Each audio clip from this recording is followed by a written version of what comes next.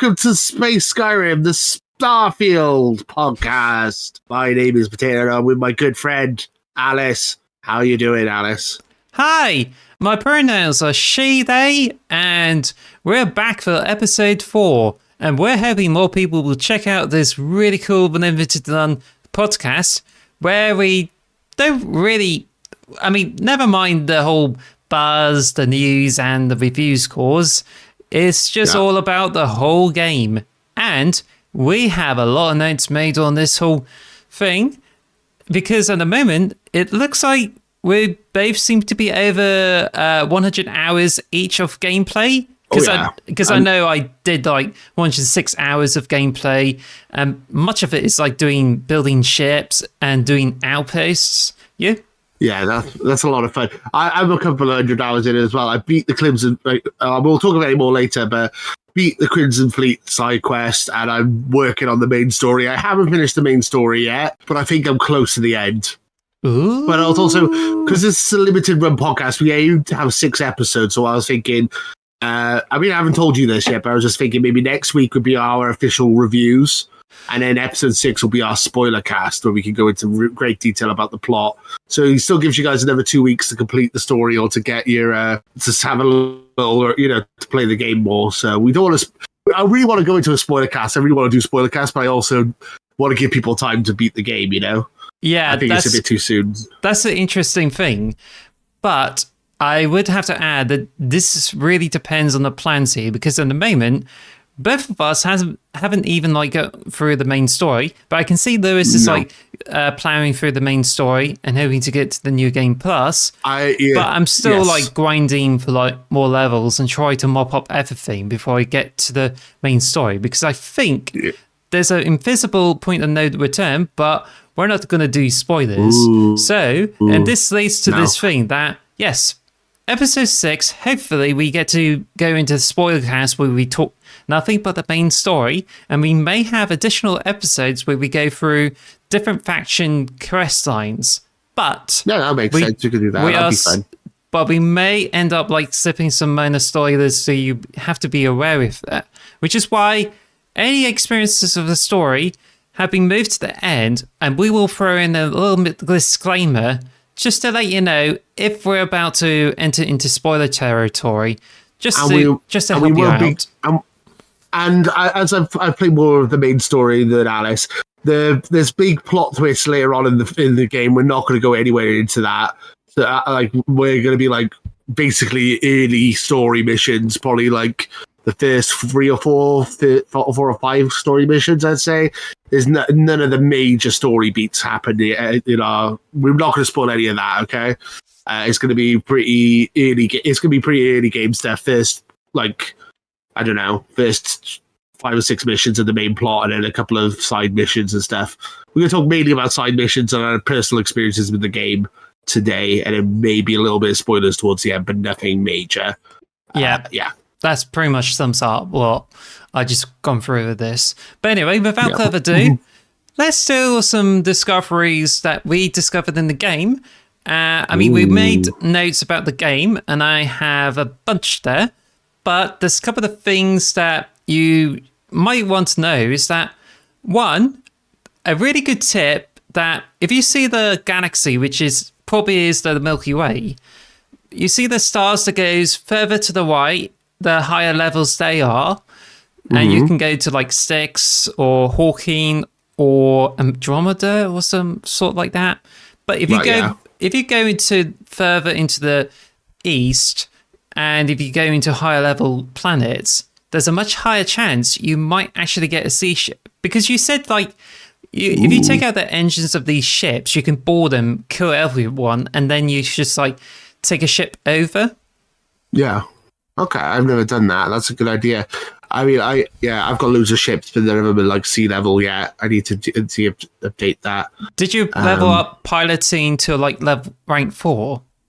I'm rank 2 or 3 with piloting, I believe. Piloting's one of the ones you do need to reach about rank 3 or 4, so you can pilot B or C ships. And if you do that, then you can be able to raid or board those ships in the eastern side of the galaxy, so you can be able to like kill the crew, steal the sea ship, and then it's yours for free. So you do have to register them for some credits, but it's just a really easy way to get easy sea ships in the game.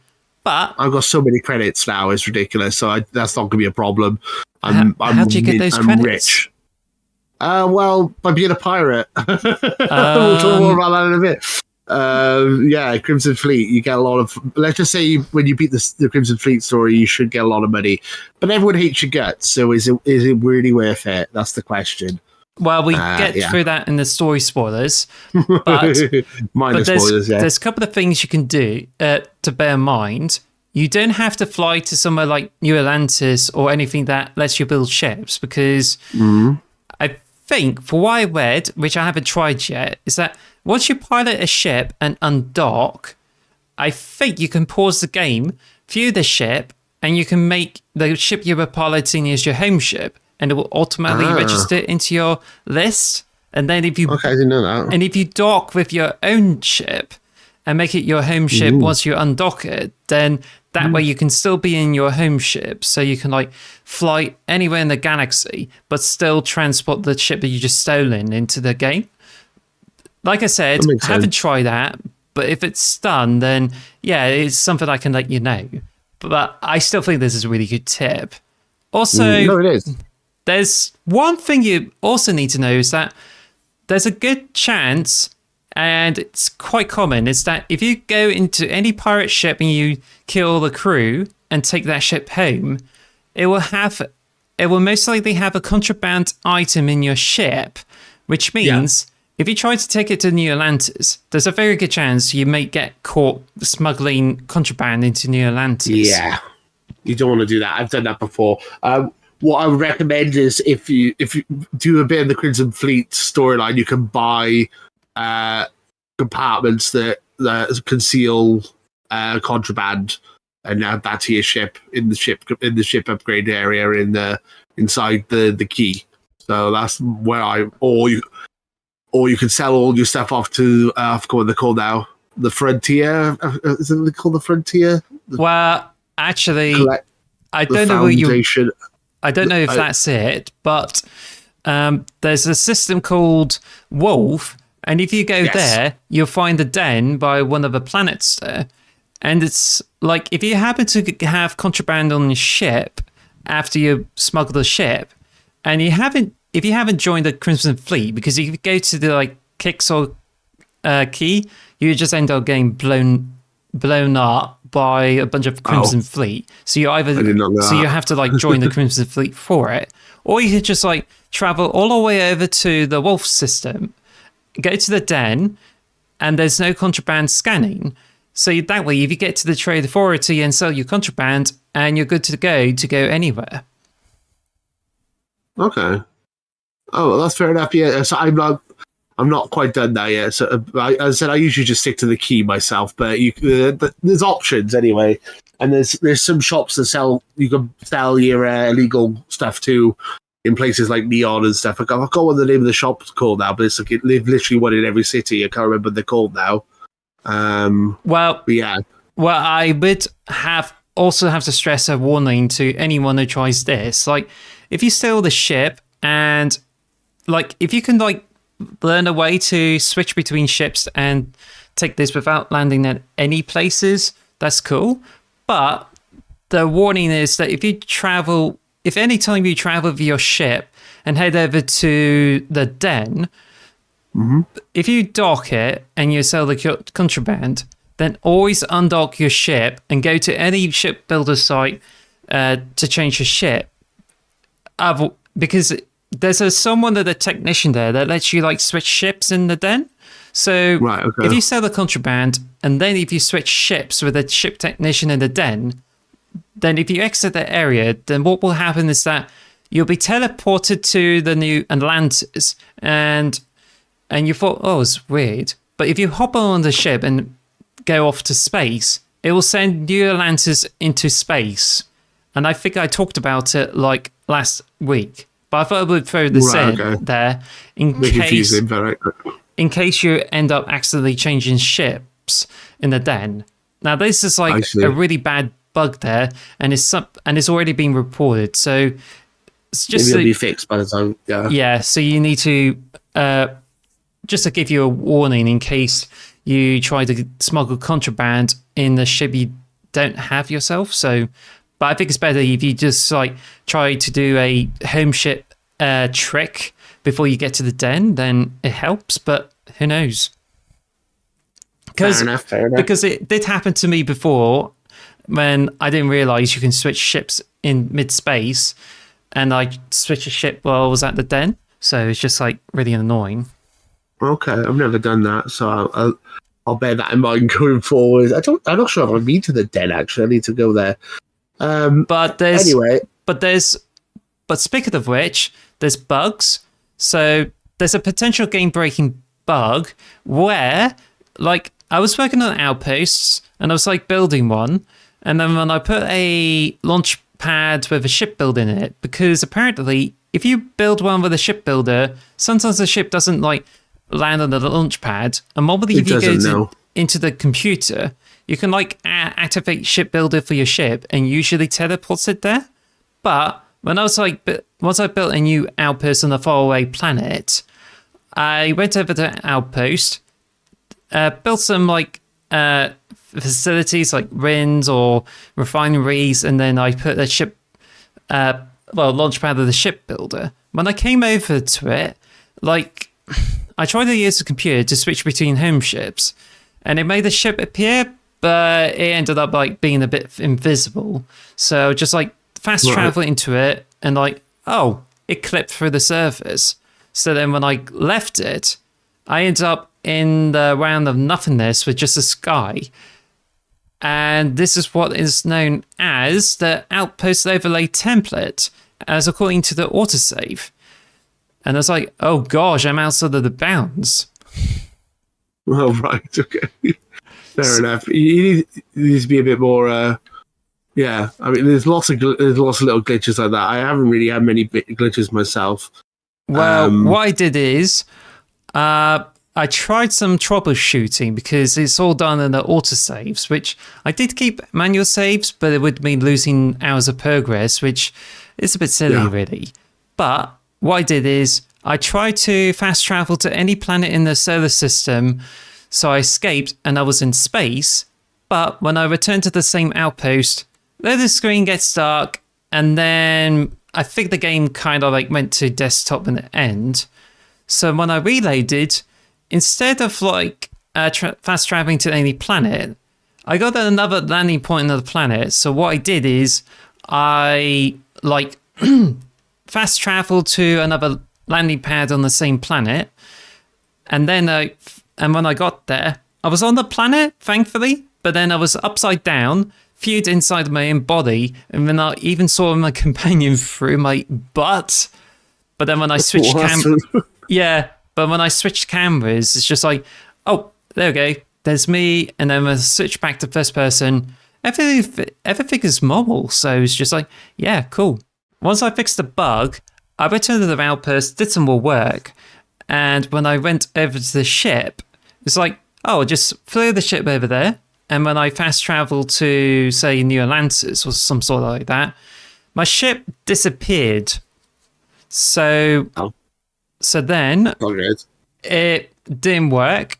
So I just like thought, oh gosh, I don't want to fast travel into it and then encounter this problem again. But I wouldn't be able to do this anyway, because if I'm ever encumbered and I can only fast travel to invisible ship, it just means I have to drop my stuff there, make myself encumbered normal again, and then fast travel into it, which is good, because if you're ever encumbered and you like exit the ship, then you're pretty much like at the dead end here. But then when I just like try the solutions there, and I noticed like you could like load the earlier save, but I think I even remember one time that happened to me, is that when I reloaded the earlier save, my ship is still invisible.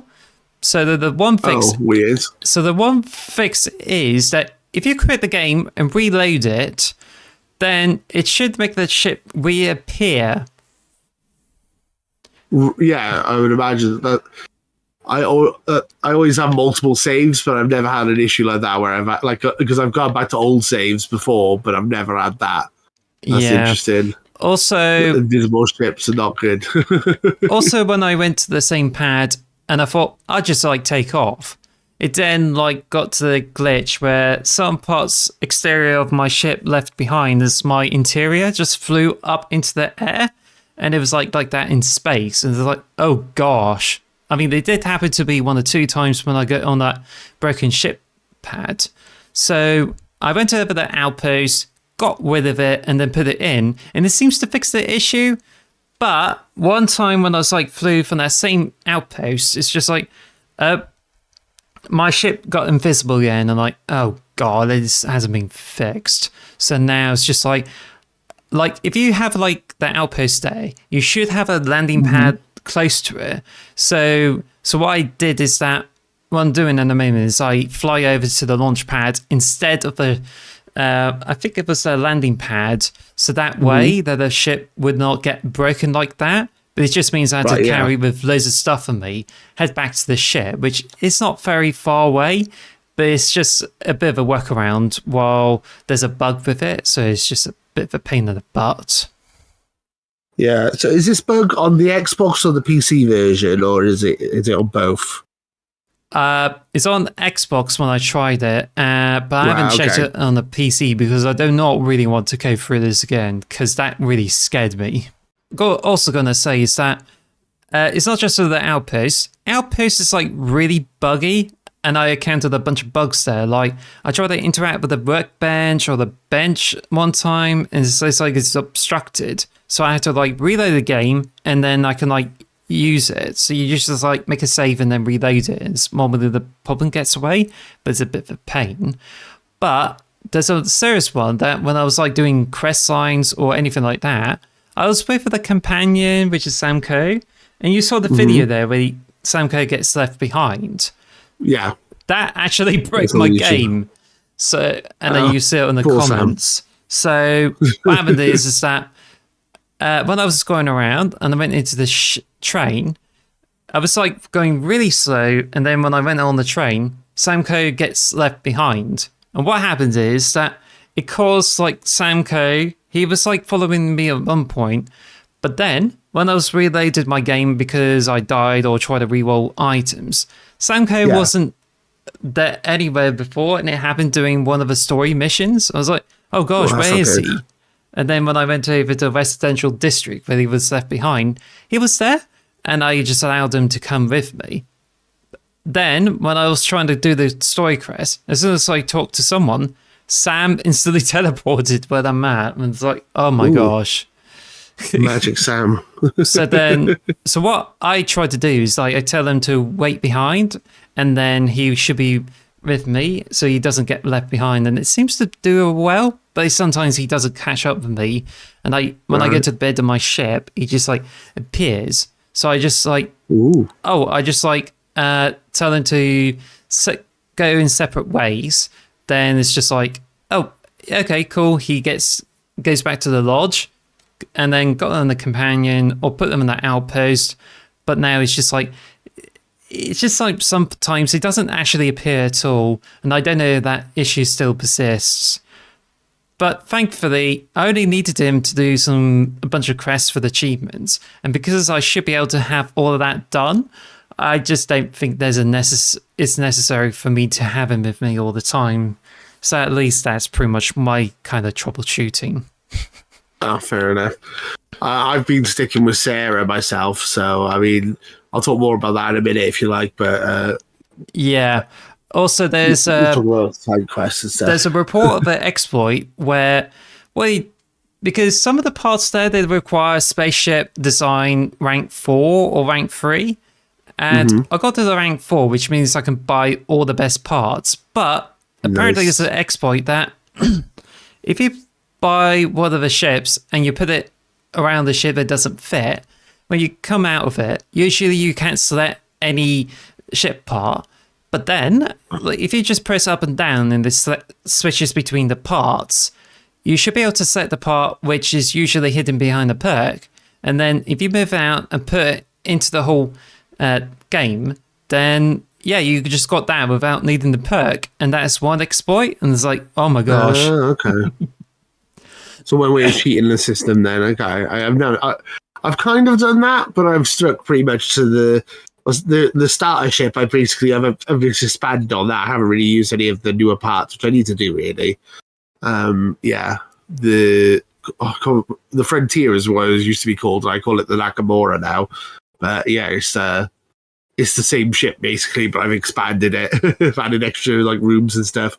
So it seems as if you encountered like a bunch of glitches, which I saw for your shorts, and you also said something about Sarah. So yeah, I mean, I'm not got many glitches to be fair, but mine were just funny, really. Yeah, like I guess the clip I put up on YouTube is I was just walking in New Atlantis, and then one of the UNC police officers just walked past me. I say walked; he just hovered with one leg up above it, like he had one leg up, and he was like basically hovering past me. Looked like he was like on an invisible scooter. It was absolutely hysterical. I just followed him around for a little bit. It was so funny.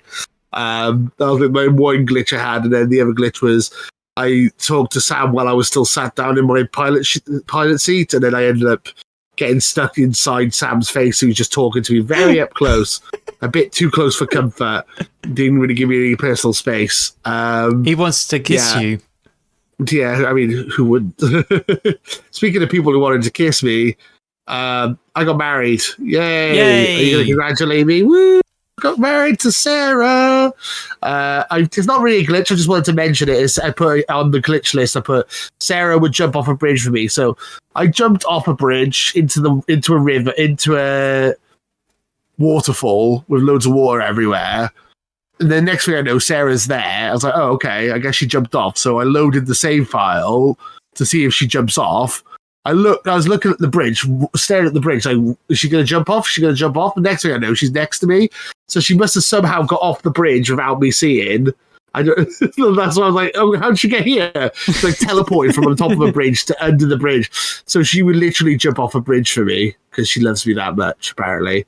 Yeah. I bet she just covered your eyes and said, hey, guess who's behind you? Guess who's behind you, sweetie? Oh, she says stuff like, she can be quite cringe, to be fair. She says stuff like she loves me a lot, and it's like, okay, this is embarrassing. But yeah, this is interesting because, like, I think I mentioned before that I spoke to her, and then she like basically rejected me, saying I'm not interested in a relationship, and now she's like obsessed. So, oh, I love you so much. I'm like, okay, Sarah, calm down. We got married on Europa. I got distracted by a side mission on the way to Europa. Let's focus on the marriage quest, because what you did is like you wasted affinity and you got the marriage quest. Well, cover the quests really. So how did you erase affinity of her? I just had her with me the whole time, basically. I just did a side quests. So the side quest you have to go. I don't want to spoil it for people who haven't played it, but obviously there's a side quest where you have to do something that like to do with her past. And you do that, and then you have to meet up with her and ask her to marry you, and then she says yes. And then you go to the planet of Europa, which is like a luxury pleasure planet. I was about to get married, and I got distracted by a side quest, which I was going to talk about a little bit. So, I mean, this is a minor spoiler, and it's a quest you should do because it's a lot of fun, and it's in the Starfield Direct, so it's not too much of a spoiler. But basically, there's a colony ship floating above Europa. No, Paradiso, not Europa. Paradiso is what it's called. So basically, there's a colony ship floating above Paradiso, which has had people who've lived on this ship for 200 years. I talked about it in the last episode and talked about it. It's very good. Yes, it's a very good mission. It reminds me a lot of like a Fallout shelter in Fallout. Like if you go into a Fallout shelter where people have been living their whole lives, it reminds me a lot of that. So it does have very Fallout-y kind of vibes to it. Yes. I don't want to say what I like. You basically got multiple options of what you can do. I think I did the right thing, but I can't really tell. Sarah wasn't happy with my choice, but I'm not going to go into too much detail. She was a bit disappointed in me. Sounds as if you brought the crew over down to Paradiso. Because, I did, yes. Because I didn't want to spoil it. But. Because what I did is as I mentioned last week, I got the credits to buy the graph drive, persuaded the guy to give me it for cheap, and I gave them like a ticket to go out of it. And Sam liked the decision because he was with me. All right. Yeah, Sarah didn't like the idea of me putting him down on the planet, but I spoke to the guy and he said they can live on the planet for free, but they have to work for a living or whatever. I thought, well, that sounds horrible. And Sarah was like, oh, I don't like that. But then when I spoke to the captain, she's like, oh, yeah, that sounds fine. It's like, oh, all right then, cool. So I was like, so I thought I did the right thing, but then Sarah wasn't happy. That's another thing. So basically, I mentioned earlier that I beat the Crimson Fleet mission. Can we just get that through the story? Sorry. I'm explaining. I mean, it's important. I was explaining. I was trying to explain something. So I was saying that when I beat the Crimson Fleet storyline, Sarah was super pissed at me, like really, really mad at me, and wasn't talking to me. And I thought, well, I've messed this up somehow. And then suddenly, like a couple of missions later, she wanted to marry me. So I'm like, so if you end up getting if you end up getting one of your sidekicks, one of your companions mad at you, you can bring it back. This is what I was trying to say. I didn't want to go into too much spoilers, but yeah, basically, she hated my guts really badly, and then about 2 or 3 missions later, I've got her to marry me. So there is a way of bringing it back. Well, it's interesting you said this because Fallout 4 has a similar system where you get likes and dislikes, but in Starfield, it's less punishing because the companion that likes you is has a much greater weight compared to how much they dislike you. Whereas in Fallout 4, dislikes are dislikes and likes are likes. So it seems as if it makes it easier for you to raise affinity with your companion. Yeah, it seems like it. I mean, I've not got married or anything in any of these other games. I've not got that far into it, but I see it didn't seem too hard to do. But yeah, I ended up marrying Sarah, even though I should have probably married the Barrett or whatever her name is. I can't remember her name now. The other companion. But now Sarah, me and Sarah get along. It's fun, and then you get an XP boost if you marry someone, which is cool whenever you sleep, which is awesome. Yeah. So what you get is you get, instead of 10%, you get 15%, and that's known as emotional security. Yeah. So it's worth doing, really, and it's a funny thing to get that. I felt a bit anticlimactic. It's like, oh, I'm married now. Cool. It was like I just did the mission. I was like, oh, okay. I thought it'd be a bit more to it, but it was pretty straightforward, the mission. So it's worth doing. I'm not sure if you get different type of marriages for different people, but this one was quite a quiet ceremony with just me and her and some other person, and that was it. It was pretty simple. I made sure I wore a nice suit. I wanted to look nice for my wedding. I suited and booted. I tried to find her a dress, but I couldn't find one, so I just got her a white top, which looked okay, I suppose. You can probably see the picture now. I think I shared it. But yeah, that was our wedding day. It was so romantic. Yeah. But no, it's worth doing the side quests, and So I mean, like this. So do you want me to talk more about my side quests and stuff? Because you actually, since you got married too, I thought we'd make it a very special episode because I got married to Sam Coe. Ooh, congratulations. I didn't know that. You didn't tell me that.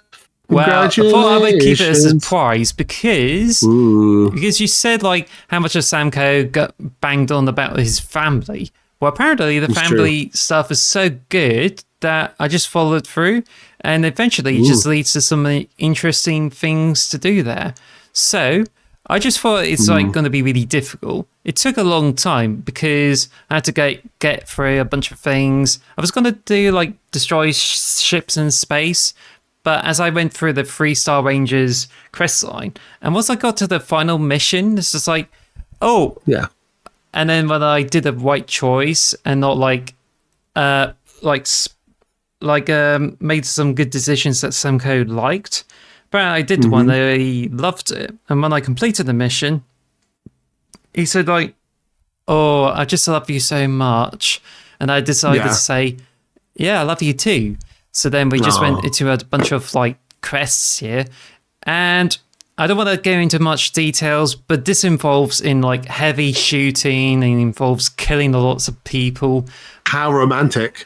And then And then you just got into a Akita city where I had a ceremony, and it's just quite nice. Although it would have been nice if my parents came over too. But as you see in the photos, just like, yeah, it's cool. It's a shame though, because of a chameleon armor bug, it causes my character model to be invisible, which means I just couldn't see myself in the photo. You're not in your wedding photos. Well, actually, I got the photo of it where, like, that's hilarious. It's just me in my clothes and I'm like invisible girl. But yeah, that's about it. So it's that's hilarious. That sucks, really. That's another bug, and it's just bad. And also, even worse, that he doesn't even appear all the time. Because if I made him in my active companion and slept in the bed, I would get 15%.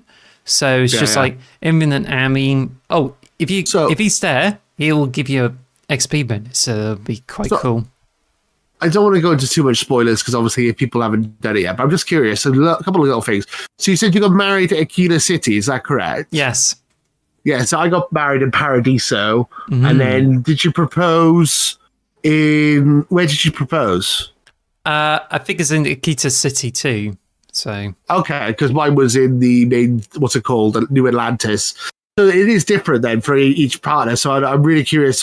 So when I do New Game Plus, I'm going to try and get married to, what's her name, Andrea. We'll see what her wedding quest is like. I'm curious now. I'm going to see what happens with that. Oh, so, yeah. I'm actually really intrigued now to see what happens with different marriage quests. So that's intriguing. I'm really interested. Also, no, I'm not going to say anything. I was going to say something about later in the story. When you beat the story, I'm really fascinated to like ask you more questions. Yeah, don't worry. We'll get to it. I said about like bringing the Xbox saves to PC version because I got a little bit worried about the bugs and I really want to back up my game. So what I did is like when I get to try to back up my Xbox saves, what I did is like since the PC version is like Xbox Play Anywhere, which means you can play it on the cloud, PC and Xbox. So I just made sure that Xbox is like uploaded the saves down up to the cloud, which I have complained about the process there in one of the highlights on the YouTube channel. But I installed the game, which is like around 117 gigabytes on the PC through Game Pass. Oh, wow. Yeah, it is crazy. Yeah. Then, did you have it? Sorry? I was going to say you have an SSD and all that on your computer, yeah? So you can run it back quite well. Okay, well, that's good. So then I went over to once I got the game installed, I booted it up, and I think you noticed too that it took longer than 10 minutes to sync everything there. And it's like, oh gosh, it's taking forever. But then when I booted up with the PC version, my saves are there, which is great. So yeah, that's awesome. So I checked it out and I did a little test by going to the camp and crafted loads of adaptive frames. And that's where that because of the mouse and keyboard, I can craft so much of these frames to get even more XP than the Xbox version. So then I activated all the Xbox services on Task Manager because I think it's a bit awkward, but I found that if you restart the gaming services service in Task Manager and restarted it, and then you activate all the Xbox services there in the Task Manager, then you should be able to like upload and download saves pretty quickly. Because of that, it made it much easier for me because the PC doesn't even tell you when it's fully uploaded to cloud, unlike Steam. But when I went over to my Xbox Series S this morning and tried to like download saves, it took about 5 minutes to download all the saves. But now it's just like, oh, all my saves are there, and now I'm like 104 in levels, and it just means, yep, it worked. I can speed this whole level up process on my PC and continue on my Xbox. So go me. Wow. So you're level 104, did you say? Yes. That's madness. That's absolute madness. I'm level 28 or 29. think I'm 20. Nice. Hang on, let me just check. Yeah, I'm level 29. So I'm playing the game naturally. I'm not doing any like anything like that. But hey, if you're more than welcome to do it that way. That's fine. Or not. I got some Not criticizing you. Yeah, just a bunch of notes. But it's also notes that it does actually took effort and hours to set these outposts up, because Kibbles Gaming, which I know lots of people have actually copied his farms, and it's been pretty much a big complaint for many people, because people like keep copying the same outpost idea and claim it as if it's a new thing. So Kibbles Gaming, respect to them, subscribe to them, or watch the videos, because these are like really good, because not only they outlined how you can get 20,000 XP per hour, or about 3,000 per minute. No, not hour. 20,000 XP per minute, and 3,000 XP on Xbox. And there's another one which does 60,000 XP on PC, which could be like 9,000 on Xbox. I haven't tried that. And there's also another farm where you get 140,000 XP per minute. That's a lot of XP. Wow, I'm not really into that cheese and stuff. But if you want to do that, that's cool. Well, I just got as far as like 60,000, and that's all I can do, because 140,000 XP is just like, nope, that's too much work for me, because it just involves doing a lot of setup and do this just so you can like get loads of XP. But I think it just takes too much effort, because how it works if there's 60,000 XP is that basically, like, you still need to set up an outpost where you can get loads of aluminium and lead, because you can craft adaptive frames with it, and then you can build storage containers, and then you take them, so you can like take them over to another outpost on the same system, and then I just got it set up so you can have lots of helium and lots of like neodymium. Helium is good for the intersystem cargo links, which is needed for the step, but it turns out it's not really needed, because I will get to that in a minute. So I got lots of neodymium. So then I went over to another planet, because you need titanium and tungsten to build certain containers for the farm itself. So I need to go into a planet somewhere in Jaffa where they do titanium and tungsten. So I set it up, have lots of lead, tungsten and titanium. And it's like, got it all set up, all nicely done. Did get attacked by pirates, so I dealt with this problem and even attacked the nearby structure. So I just got a bunch of them, went over to another planet, which is somewhere in the planet, and that's where I noticed the shipbuilder bug there. So I set it up just to make sure the outpost contains gold, silver, and copper, and I just built refineries and storage boxes so I can get loads of that. And according to the tutorial, you have to like get a bunch of fabricators, which creates serial wire for you. So then you just put them into warehouses where they collect all that serial wire. Then I have free cargo links. So then I just went through the outpost, did the free cargo links, where they deliver all the helium and neodymium. So the helium fuels other cargo links, to deliver more neodymium, and then you have gold, which comes out of a very small pool. I ended up creating another outpost to get more gold through the cargo link, and eventually that's all the whole farm. So yeah, I just got this outpost set up, and how it works is that if you let the cargo links work, you'll be able to have a bunch of gold that is being filled up from the land, silver and copper. You get loads of copper, but you get a bunch of silver, and it's being fabricated into serial wire that's stored in the warehouses. And then I have 3 cargo links that supply all the neodymium, and there's some extra helium for the places to work. So you get all the gold, neodymium, and serial wire, which is needed to create paramagon conductors, which gives you 3 times as much experience than what you actually make with the centered magnets or adaptive frames. So, well, isolated magnets actually. So I just got as far like crafted a bunch of these things and ran out of stuff and got 3 skill points. So I like, okay, that's not enough. So then I crafted a bunch of COI, see if it works, and got 1 or 2 levels, and that's it. So, but I also noticed another problem, and which is not expressed enough with this video that taught me about it, is that cargo links that are intersystem, because I've got like 3 of them running at the same time, it causes my game to stutter like about every 30 seconds. And that affected me with some of the missions. It's like, oh gosh, it's just like, it kind of just annoys me. But when I disabled interlinks by like removing the links between them, game runs a bit better.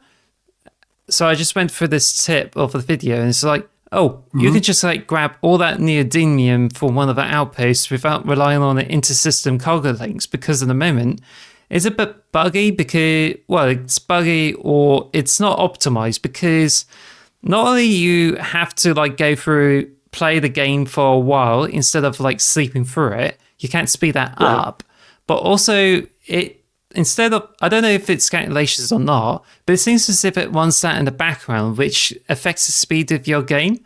So it just makes adds a little bit of stutter to the game. So, that's not good. So therefore, you have to get all the neodymium from one of the outposts. I got another gold farm that supplies gold, so I might try grabbing all that gold. And it doesn't make enough zero wire, so when I get there, I just like craft loads of zero wire, so I got enough zero wire for this thing, and then craft all those conductors to get a lot of experience. However, once I dealt with that for the first time, I returned over to iron and aluminium farm, and I was able to craft so much of it that last time I got up to about 8 levels. When I got over to my farm, which doesn't have enough storage boxes. That's insane. I got like about roughly about 6 levels, and that's even with like bunches of boxes there. But I got loads of boxes for iron and aluminium, so it's possible I can get loads more levels. And this leads to this ace up with this whole thing that I don't know, like. If you're going to go as far as creating 60,000 XP, Paramagon conductors, they're much heavier, but they are worth so much more money, so you can get loads of money for it. So that's how I got lots of money for a ship. But isolated magnets are good for level ups. But I did find that if you want to use an outpost to like grind for levels, then you just need to get iron and aluminium on the planet somewhere in the Nerion system. And that's it. You just need to like go grab, I think it was the adaptive frame, create the adaptive frames, wait in there because it has a longer time there. And then you can just like, just create more storage boxes, fill up with more iron and aluminium, and create loads of adaptive frames, dropping them on the ground, and keep looping until you reach your desired level. So it's like quite cool. All right, that's a load. There's a load to take in there. So you said that you followed a video tutorial on how to do this. So I might do this on my New Game Plus run, like start over and do all the farming stuff, trying to get my levels up. Definitely. That might be a fun thing to do. I haven't really done much. I got 2 I got 2 outposts. One on the cowboy planet, of course. No, one on what's it called? Akita City. Yeah, one on Earth and one on Akita City. Yeah, so one in Cardiff and one in one in Akita City. So I need to do more farming really, but I keep running out of space in my inventory, so I just get frustrated and stop doing it basically. So I'm going to try and follow that guide. So maybe link in the description or something, or like in the comments, so we can so everyone can follow this guide that you've been following because it sounds interesting. Yes, sir. And, it's the very video will be in complicated. the video will be in description, and it will refer to the original creator who come up with these absolutely amazing farms. So check them out. Yeah. But Fair. adaptive terrain farm is just all you need. So you don't need to like waste time building outposts unless you're interested to learn the systematics of it. Also, that I think I don't know how that comes, but if you interact with the storage boxes or you try to check up the inventory on your ship, I think it has a bit of a pause of a few seconds and then it gets normal. So I don't know, it's because you have so many boxes with lots of resources that causes the game to like slow down when you access an inventory. So it's a bit weird. That's worrying. I'll have to look into that. Well, best if you make a save before you can start doing the outpost trick and see if it works. Yeah, of course. But I think it's going to like have some like performance considerations when you try to build this huge magnitude. Yeah. Oh, fair enough. I need to look into that. But this leads me to that because I've been collecting lots of money for doing a lot of resources.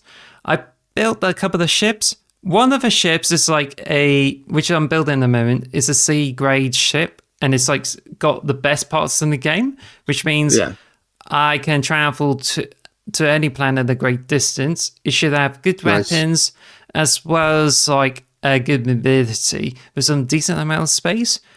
But I haven't quite finished the model yet. But now I'm just like found a way to get more levels on PC, so everything will be all right. But I did a ship that's based on something from the video game, which is known as Rhinox from Thunder Force 4. So I found some parts, created some rings, and made it a simple ship, which is good for solo explorers. Ooh, I need to. I did. That was originally my idea, to have one ship that has all like a storage ship and like a massive crew area, and then one ship that's really small and nimble and fast. But I didn't do that. I kind of just stuck to the one ship now. But that's a good idea, I think, for sure. I built a Rhinox anyway. Yeah, it's not really the most practical because trying to stick it close to the reference means you don't have a lot of engines. You have to squeeze some cargo in, but for what it's worth, it's like really neat. I like it.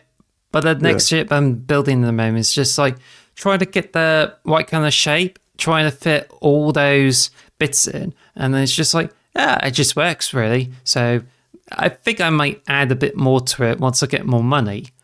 But I went into a bit of a snag because like trying to fit the mess hole is just one thing. But I think I went into problems because whenever you attach the modules to the ship, it's just like, apparently what I hope that I can get through those compartments, it just seems like as if like the doors are not there instead of they're planted elsewhere. So you get around the entire circle in the ship to get to the particular place. And it just makes it a bit awkward. And that's one of the issues of shipbuilding. You can control how you enter through those modules there. And it just seems as if you have to construct it as if like you can easily access them. And that's one of those things I can fix on my ship. But I'll probably have to look up on diagrams on how I can how I can achieve that.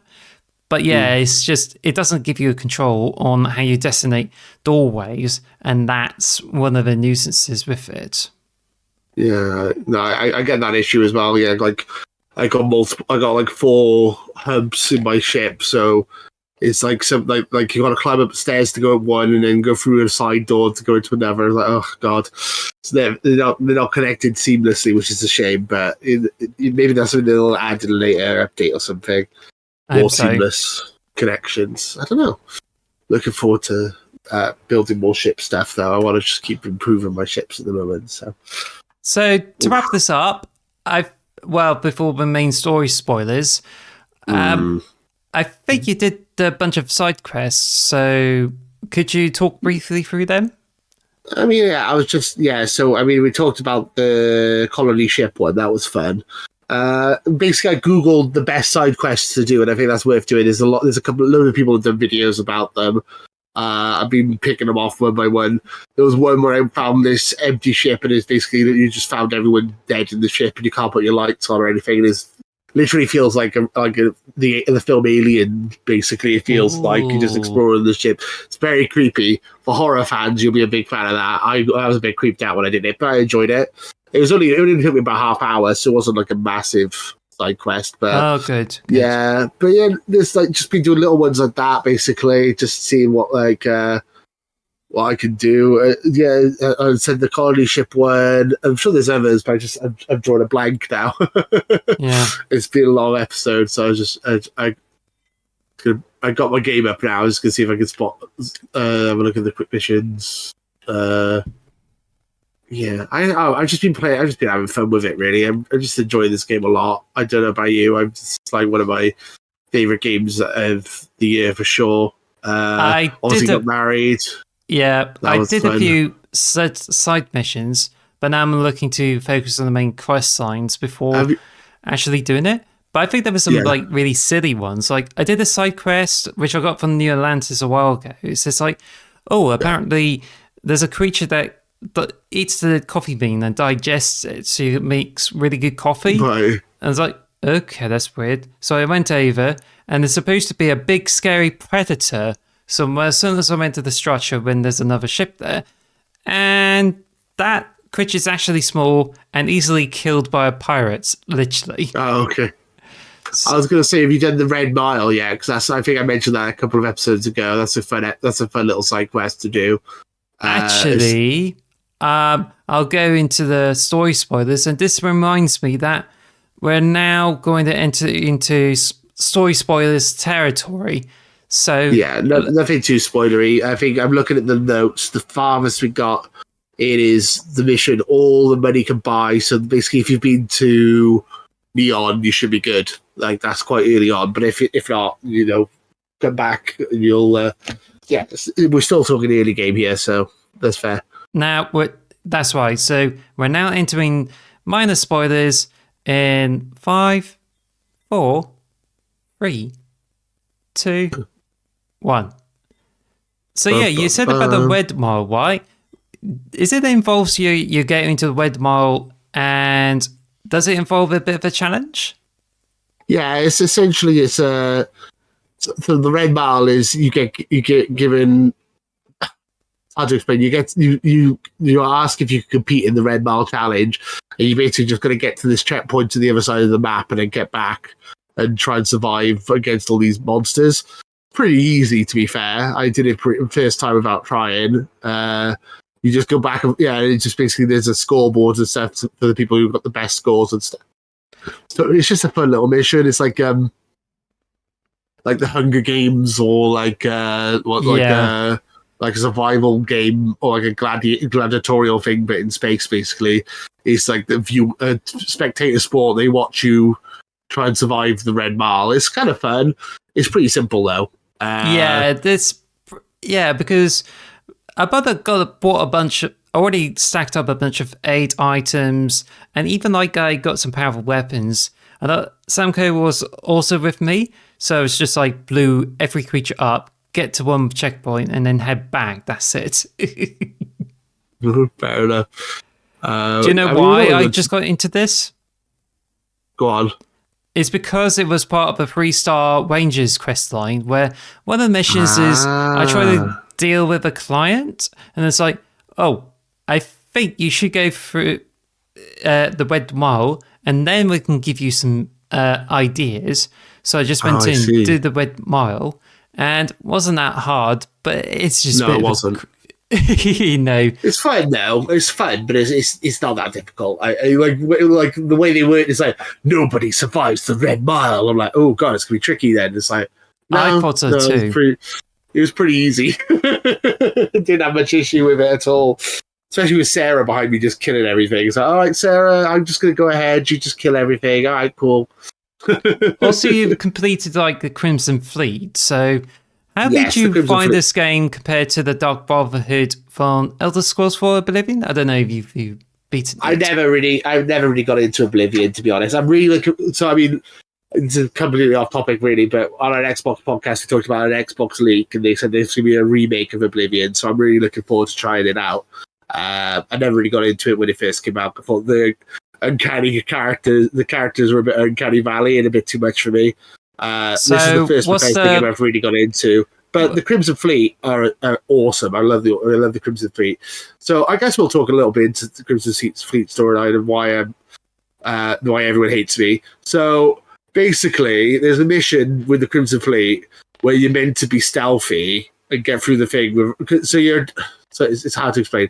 So you get arrested, and they say to get out of prison, you've got to work with us, and you've got to go undercover in the Crimson Fleet as like a double agent. So I think you knew that already, but I got this quest. I got this quest too from like the United Colonies Vanguard questline 2, and I did activate it, but I had to reload it earlier save. But I think it involves going to the UC battleship and disguise as someone just to like meet up with the commander. Is that what happens for you? So basically, the commander forces you to join them, basically, and you got to be an undercover agent. So what happens is basically they go, don't kill any innocent people, be as stealthy as you can. It's like, okay, that's fine, I'll do that. And then the mission I go on, bloody Sarah, Sarah just killed like a load of people. And then the guy's like, what are you doing? You're crazy. You can't do that. You can't kill innocent people. What's wrong with you? It's like, I didn't do anything. I just ran around. Sarah killed everyone. And he basically was pissed at me, and he was like saying, I'm going to take you to prison now. I'm like, fuck you. Shot him, left. And then basically I joined up with the pirates then, and then I helped the pirates complete their mission. And then at the end, they're all going, how dare you help the pirates? Why did you help the pirates? You can't say, like, they don't give you the option, like, the UNC would be a dickhead, so I decided to join the pirates. They don't give you that option. He was like, oh, I wanted the money or whatever. It's like, no, I joined the pirates because the UNC would be an assholes to me for no reason. It's like, so I decided to be a pirate. So you get a nice little reward for beating the pirates storyline, plus one of the best guns in the game as well. Worth doing. The last mission is really hard though, and you got to make sure you have a good ship, because that took me ages to do. I had to actually lower the difficulty because I found it too difficult with the ship I had. So yeah, recommend making sure you have a good ship if you're going to do the Crimson Fleet final mission. But it's really worth doing. It's fun. Well, actually, I've been doing some 3-star Rangers missions, and I think it's just tries to be clever, be like a detective work. Like this one quest where you go into the medical place and you try to access the VIP ring, but I think it's just like it tries to like check for clues or anything like that. But I think it's just like some of them are like fetch quests and trying to make clever decisions, and like tries to be a sheriff for this whole thing. But then last few missions just involve so much action, and then they just a huge twist, and it turns out to be a very easy mission to do. But don't spoil it for me. But yeah, it's just fetch quests. You got a free A-class ship at the end, and I heard about the ship. But yeah, apart from that, it's just like it's all right. It's okay for the first quest line, but I imagine others are better. So how does this compare to Crimson Fleet? Because I know I experienced Sorry? I really like the Crimson Fleet mission. It was missions. There was like 10 missions. You had to like. There's one where you had to go on a luxury cruise liner and like try and find someone and stuff. And it's like almost like a stealth mission, like a heist. That was fun. There's like lots of little things to like that. And it's like, you're undercover. And I got to like the Crimson Fleet. I thought they were pretty cool characters. I think this is the best part of the game so far. So I'm enjoying some of the side quests, but I think this is the best side quest I've done at the Crimson Fleet stuff for sure. But does it in like Grand Theft Auto where you just come in you just threaten people or steal their money? But it sounds as if it's more stealth, and you do like heists sometimes, or even like try to pirate against like other people. Yeah, so I just looked up the Crimson Fleet faction because I've got the game up on now. I was looking at the faction, so it's 8 missions in total. So there's quite a substantial side hustle, side quest. There's lots to do. As I said, there's like a heist. There's space battles. There's exploration. Like you got to like fight. Like there's one where you're like it feels a lot like The Thing. Like I was talking about how the one mission felt like Alien. There was one mission that feels like The Thing almost. Like you're on an ice planet. There's like monsters everywhere. You got to try and survive and get out of the ice base. That's like one of the first missions you do with them. Yeah, I think it's the best side quest in the game for sure, and I would recommend anyone try it out. I don't want to go into too much spoilers for people because I feel like I'm already spoiling it too much. But yeah, as I said, like the issue I had is that the UNC wanted me to be not killing any units of people, and I tried not to, but I still ended people ended up dying, and then they hated me for it. So I'm like, well, I guess I'm a baddie now. you give me no choice. It does. So I'm hoping on my new game plus, I can hopefully stealth it a bit better, and I'll have a higher level stealth stats, so I can do it better. I'm hoping. It does sound like, I don't know about the thief skill, but it's definitely like a Dark Brotherhood where I think it involves getting rid of a target and be as stealthy as possible. And I think it's a bit like that in Skyrim, where you get sizable rewards based on how well you do. Yeah, I shot up the place. And, well, I said I try not to. Sarah basically started killing people, so I was like, well, I guess I'm already in trouble. Might as well just keep going. Yeah, I managed to do because that was a thing because I took a screenshot of it and everything. So the heist mission, I managed. I basically got right to the end of the heist mission, and then the security came after me and started shooting me. And that's how I got that little meme video clip on the channel with the woman shooting me in the background talking. Yeah. So basically, I loaded my save file and managed to complete it without killing anyone. So yeah, they reward you for not killing anyone on that mission. But then, unfortunately, the next two missions, Sarah messed it up for me by killing people. So it was pointless. I tried my best to be as stealthy and tried to be a double agent, tried to be good, but the next two missions got cocked up because of my sidekick. It does sound as if like it's better to do this on your own and have an isolated perk. Definitely. Also, bear in mind you can't get the stealth meter or even like pickpocketing without getting some perks for it. So it just seems as if you pretty much have to prepare for the Crimson Fleet. Yeah, if you want to be, or you could just be like me and just be a baddie and just enjoy the ride. Have fun with it.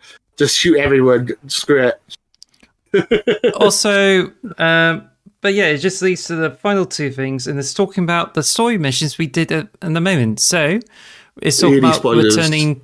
It's about returning to Vectra, and that involves meeting up with Barrett. And there's also all that money buys, which is a major quest in the main story, even though it's quite early in it. So let's go through it. So you're on. That's the mission you've last done, was it? All the money could buy. So I would say, about 4 or 5 missions away from like the really good stuff. But yeah, we're in the early missions, so I'm really definitely worth doing. I mean, obviously the story. If you guys have been playing it, and we're in spoiler territory here. It's all about collecting artifacts and exploring.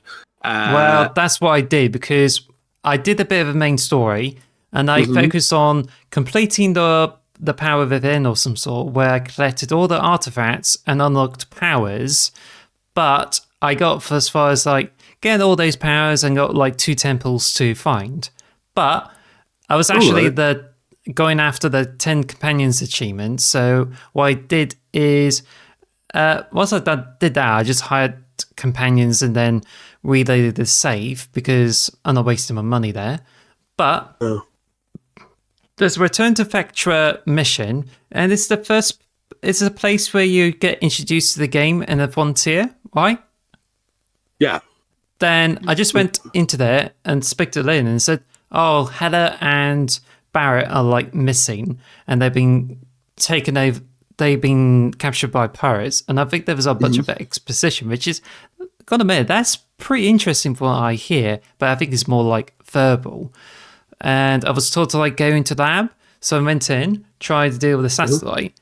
Normally you had to deal with the power of it, but there's actually 2 options where you either have outpost engineering or security, and it gives you these options to deal with it.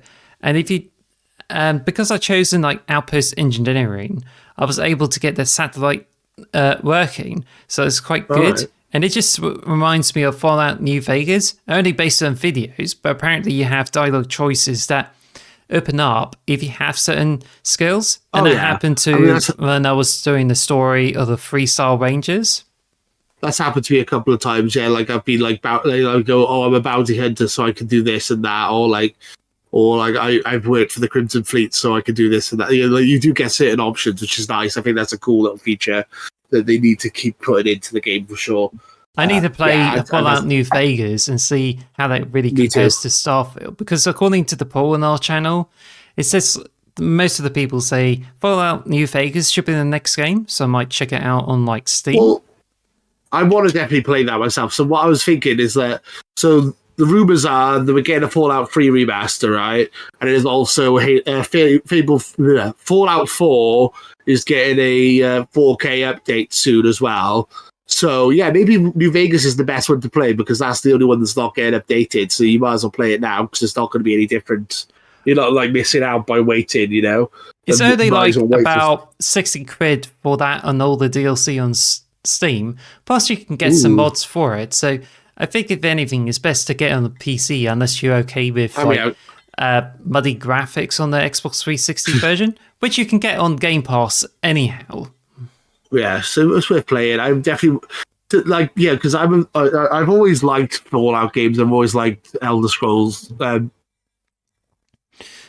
Anyway, I think we're just somehow like going off topic here. So returning to this, after I fixed the satellite, we then headed over to different planets. And this is a common like some of the story missions too, where you just jump across different planets. It's so fun. So I just went into the shipwreck and it's like, oh, there's Hela there. So I just like, oh, it's Hela there. So it's like, oh dear. Looks like Hela's just like got into the bit of an issue there. So I just helped him out, helped with the med kit, and just got him as a companion. Cool. Then I just went over to another planet, which involves killing a bunch of outposts of pirates. It's like, oh gosh, this is crazy, and just got them through because I was already high level, which means I'm like got level 90. Well, I think I just got into such levels that I got stronger enemies and tried to get some legendary loot. But then when I went into this whole thing when I was supposed to find Barrett, went in and realizes he's actually relaxing, chatting with a bunch of Crimson Fleet goons. Yeah, that's just typical Barrett. Yeah, he's not. Sarah, when I was there with Sarah, she goes, "Oh, this isn't the first time this has happened." So it's like, "Oh, okay, thanks, Sarah. You could have warned me." It's not the first time that Barrett's done this. It's like, oh, really? Okay. Fair enough. But as a result, I got Barrett, and because I helped out with the other supervisors too, I got Lynn and Barrett, which I got into different outposts now, so it's quite cool. Lynn's useful to have in the, I put Lynn and Hela on the same planet together, so they're back together from when they were in the mining.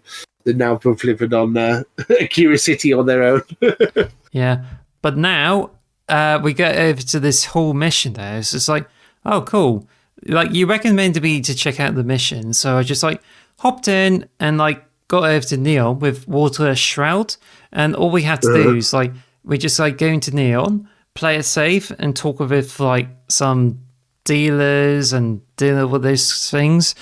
And I was like, one of the things that Walter Shroud said about people getting addicted to things and they're just addicted to a certain nutrient from the fish is like, huh? Yeah. Are people getting addicted to fish? Yeah, there's a fish drug called Aurora, I think it's called. They're addicted to the fish. That's why Neon's so popular. It's like a fishing town. Just it's weird. It's a bit fishy though. Hey. Yeah, that mission's fun. I like I tried to do a stealthy, but that didn't work out again. I ended up having to shoot my way out again. I had to reload my save a bunch of times when I screw up with the stealth, because I think the big problem with it is that stealth mechanics are like a bit rubbish, but I think there was one part where I had to carefully go through, but all I had to do is listen to someone's instructions to get through this whole thing, and did take a few attempts because I think there was someone that's like going around this last area before I sneaked through the last robot. And when I did that, I just sneaked through, didn't attack anybody, and scared the employees of that thing. And then I just went outside, killed a bunch of guards, and then there's a guy there who's just like, oh, this guy has stolen my property and give you an artifact. And then we just made some decisions where we saved the thief's life or some sort. So I just spared his life, really. I had this one woman go, oh, you got to give me some money, so I'll give you the compensate me to give you the pass to get into the building. I just killed her and he's like in the middle of a club, and then like no one said anything. I just walked out. I was like, oh, okay. I thought the cops would come after me. No one cared. So bang. So okay.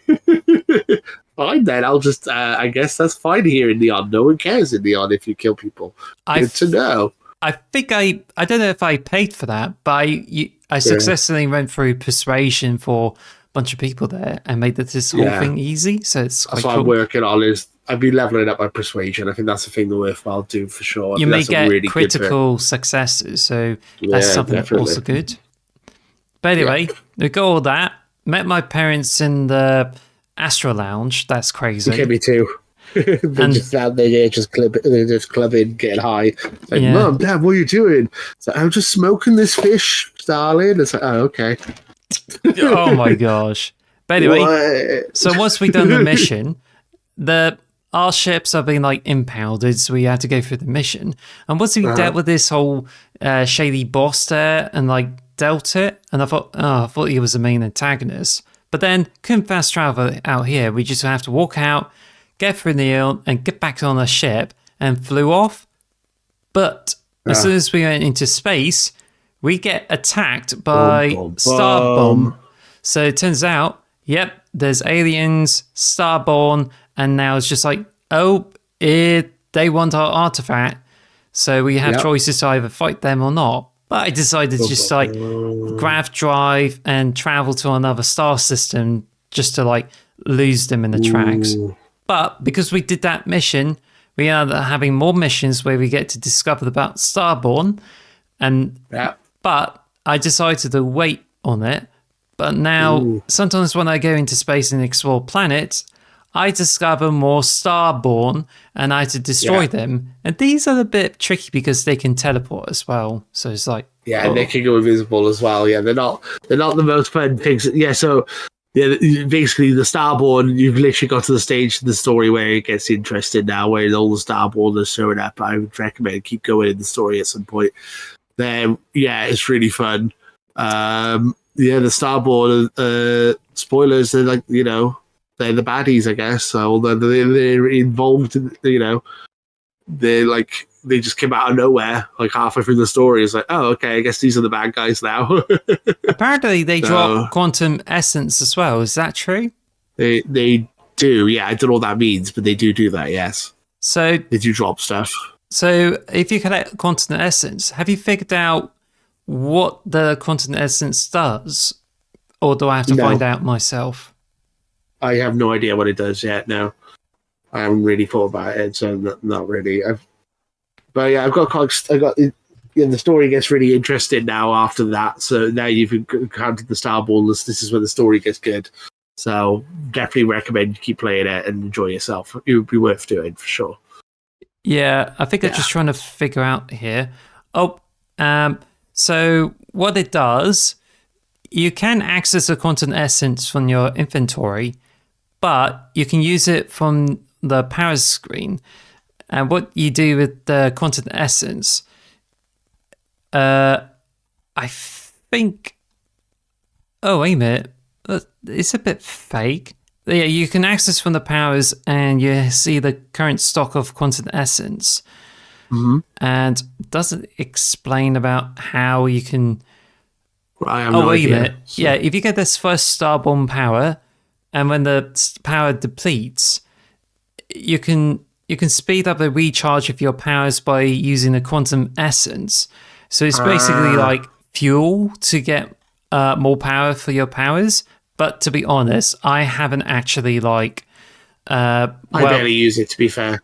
Yeah. I barely use the powers, and like I don't need to hurry up the respawn. It's fine. I think But these it's are like nice to know that's dragon an option. shouts, and these are Yeah. like really gimmicky. So it's just like, what's the point of putting these in when they just focus on what really is some of the mechanics? Because I think it's a bit broad. It's like trying to be a little chef where you have so much going on and didn't pay attention to making things work out in each of those little places. You know what I mean? No, I get what you mean. Yeah, so I think we should probably wrap up there. I think we've gone on for quite a bit. Yes. So yeah, this is episode 4 of Space Skyrim, the Starfield podcast. We've gone on a little bit here today. So tune in next week. We're going to have our full review, I think. I'm going to hopefully have finished the story by then. But we're going to do some more. Yeah, we're just going to play some more, enjoy some more. Let us know about your experiences in Starfield. Are you enjoying the game? Let us know in the comments below. Is there anything else you wanted to add?